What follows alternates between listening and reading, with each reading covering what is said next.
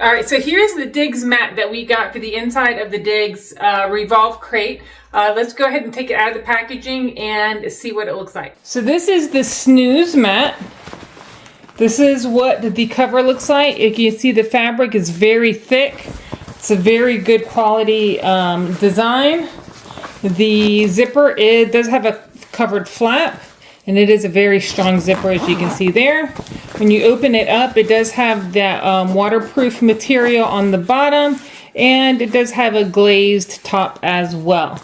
You can machine wash this, which is a nice feature. I'd just be careful with drying because this might crack over time.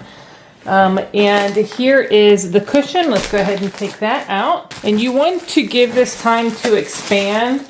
So I would say you can either fluff it on air dry in the dryer or just let it expand for about 24 hours. As you can see, it does come in its own little zippered pouch to prevent any moisture from getting into the material. Here is the foam.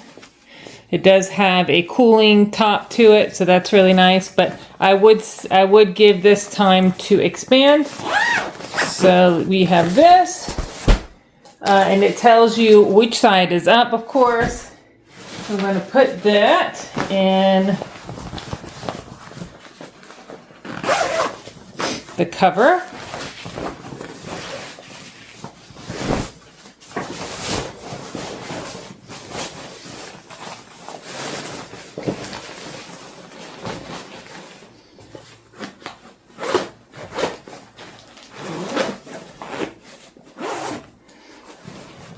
All right, and there it is.